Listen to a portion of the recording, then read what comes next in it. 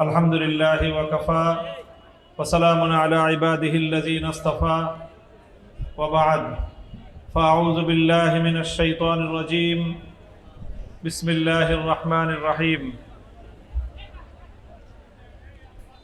فلا تحسبن الله مخلف وعده رسله إن الله عزيز ذو انتقام বাংলাদেশ খেলাফত মজলিস করিমগঞ্জ উপজেলা শাখার উদ্যোগে আয়োজিত আজকের এই নাগরিক সমাবেশে উপস্থিত সম্মানিত সভাপতি,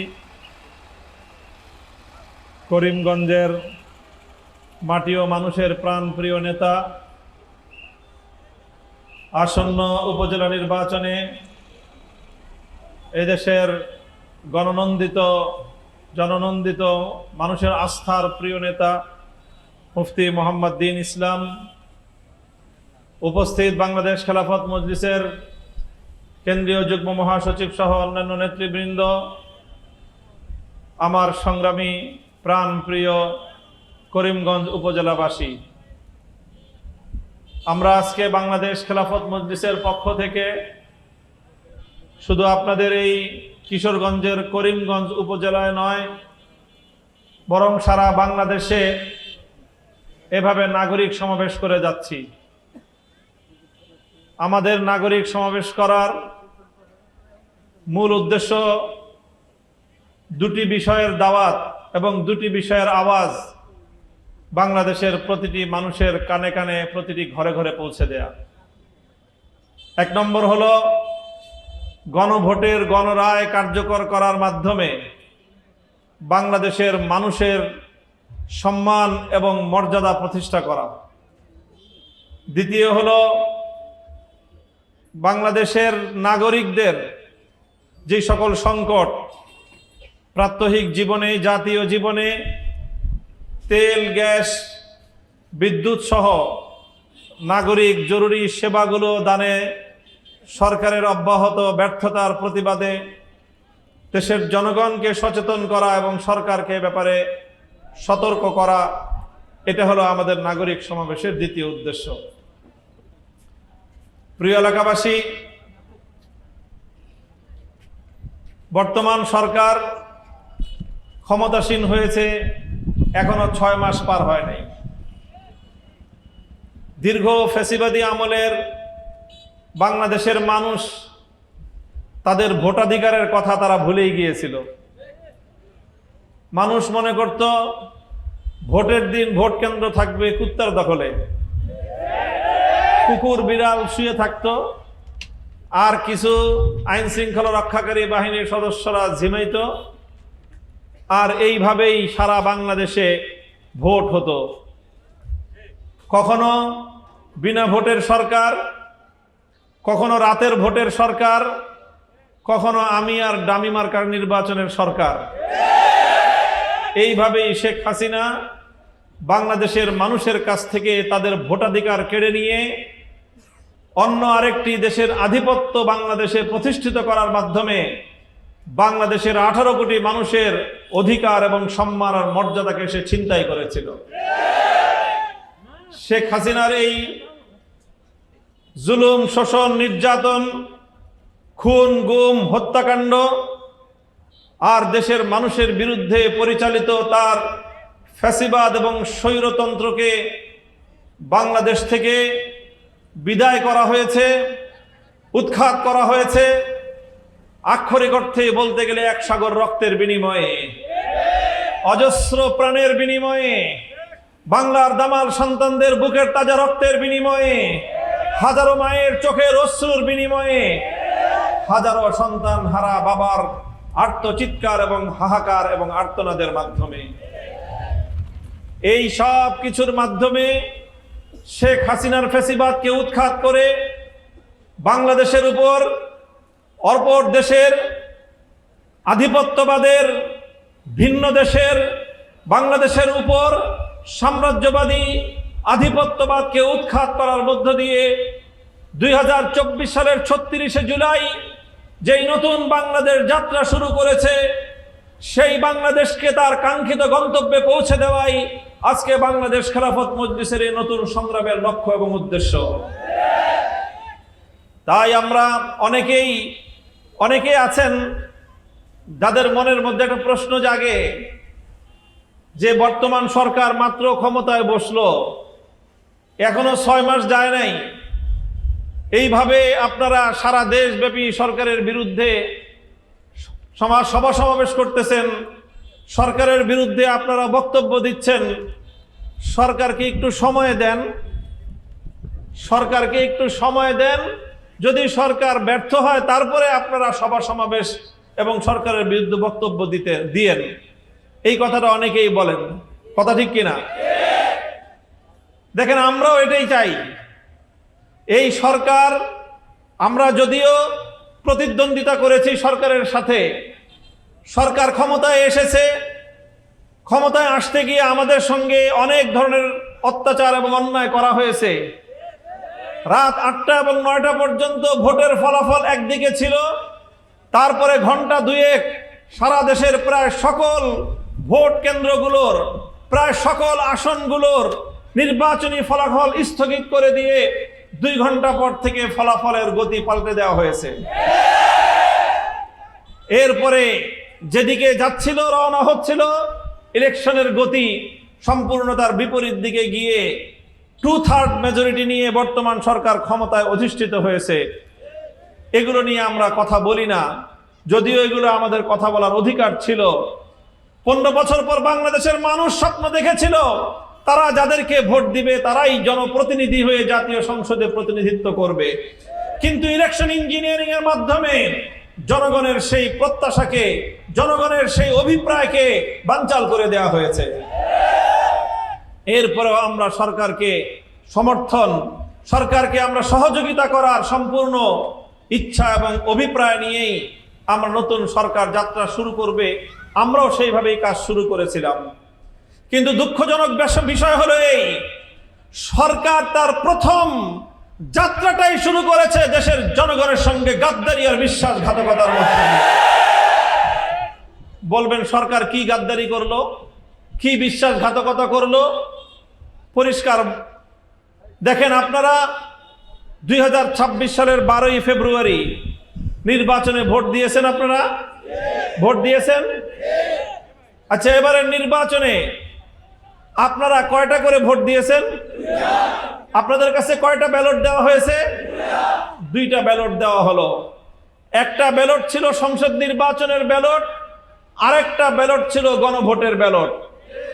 দেশের মানুষ সংসদ নির্বাচনের ব্যালটে কেউ ধানের শীষে, কেউ রিকশায়, কেউ শাপলাকলিতে, কেউ হাত পাখায়, কেউ দাড়িপাল্লায়, নানাজন নানা প্রতীকে ভোট দিয়েছেন। আর গণভোটের যেই ব্যালট ছিল সেই ব্যালটে প্রায় 70% মানুষ হ্যাঁ ব্যালটে সিল মেরেছে আর 30% মানুষ না ব্যালটে সিল মেরেছে। কথা পরিষ্কার? তাহলে 2টা নির্বাচন হলো একই দিনে, 2টা নির্বাচন হলো একটা নির্বাচন কমিশনের তফসিলের মাধ্যমে, 2টা নির্বাচন হলো একটা দেশে একই সঙ্গে। 2 নির্বাচন হওয়ার পর ফলাফল কি দাঁড়ালো? একটা নির্বাচনে 50% ভোট লাভ করে বিএনপি যেভাবেই হোক 50% ভোট গণনা করে তারা তাদের হিসাবে 50% ভোট দেখিয়েছে। তারা 200-র বেশি আসনে জয়লাভ করেছে, তারা সংসদ সদস্য নির্বাচিত হলো। 50% ভোট পেয়ে বিএনপি সরকার গঠন করলো। তো সেই 50% ভোট, 200 আসনের ভোট, এটা বৈধ হলো, এটা ভালো লাগলো, এটাতে খুব খুশি হলেন। কিন্তু অপরদিকে 70% মানুষ গণভোটে হা বাক্সে ভোট দিল, সেই ভোটটা নাকি অবৈধ হয়ে গেল। তো একই দিনে একই মায়ের গর্ভ থেকে 2 সন্তান জন্ম নিল, এক সন্তান যদি হারামজাদা হয় আর এক সন্তান হালালজাদা হয় কিভাবে? প্রশ্ন আমাদের সেই জায়গায়। বাংলাদেশের 70% মানুষের গণভোটের রায়কে যদি তোমরা এভাবে অসম্মান আর অপমান করতে থাকো, বাংলাদেশের 70% মানুষের সম্মান এবং মর্যাদা রক্ষা করার জন্য আমাদেরকেও লড়াইয়ের মাঠে নামতে হবে।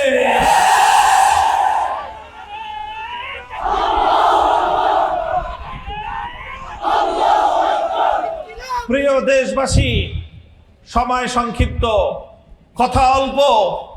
আমরা গণভোটে হ্যাঁ ব্যালটকে বাংলাদেশের মানুষ জয়যুক্ত করেছে কেন? সংস্কার করার জন্য। কিসের জন্য? সংস্কার হবে।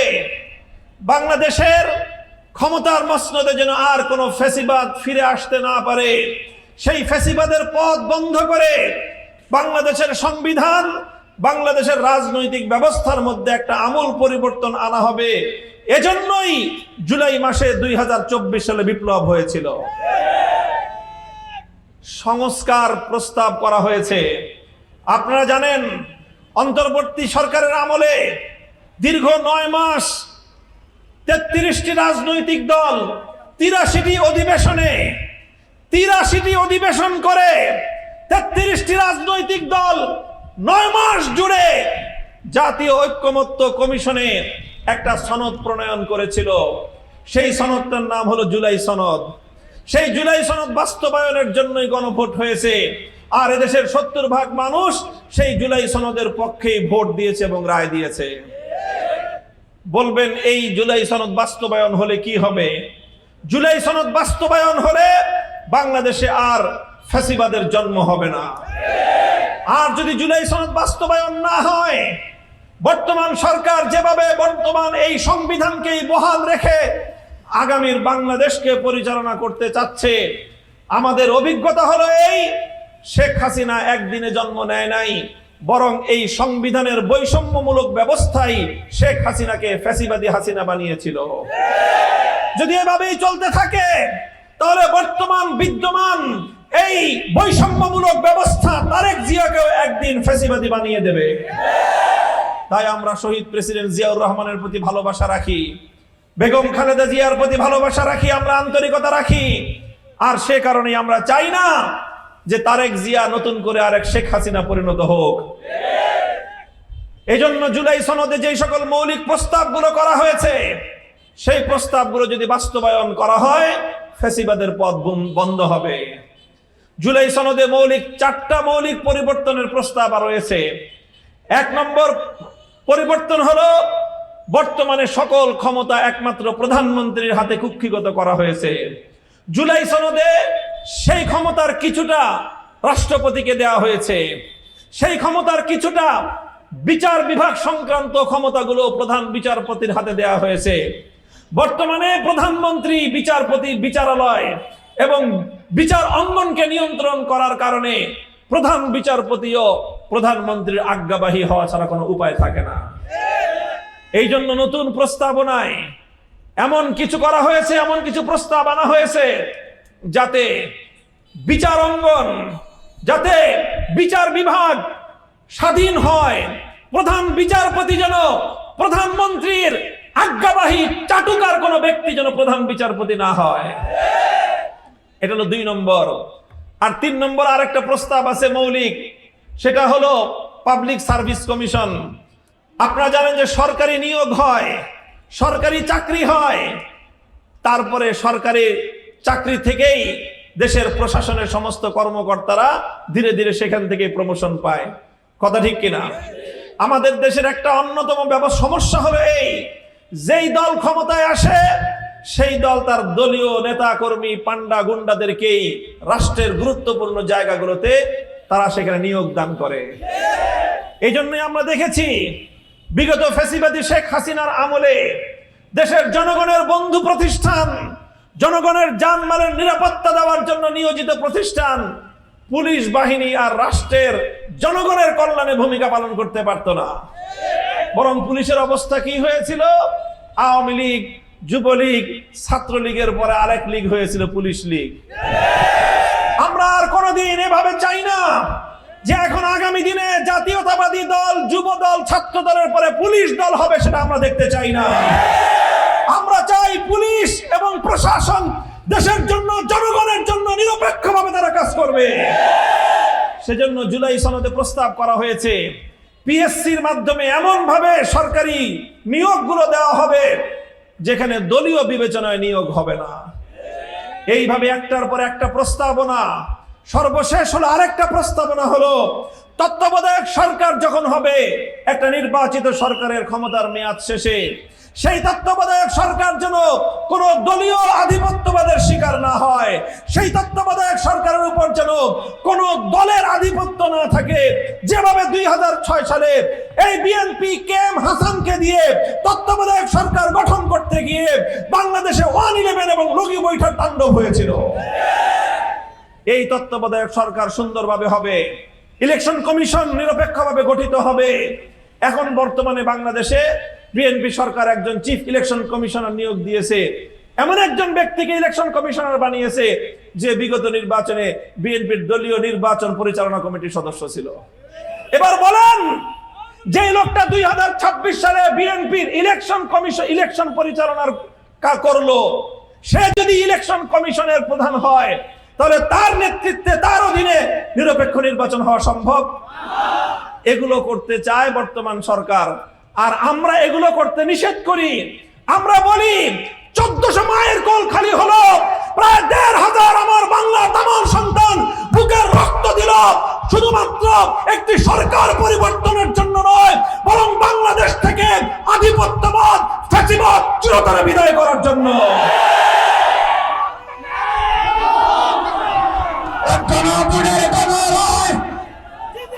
সংগ্রামী সাথী ও বন্ধুগণ, স্লোগান দেওয়ার সময় নাই, কথা খুব সংক্ষিপ্ত।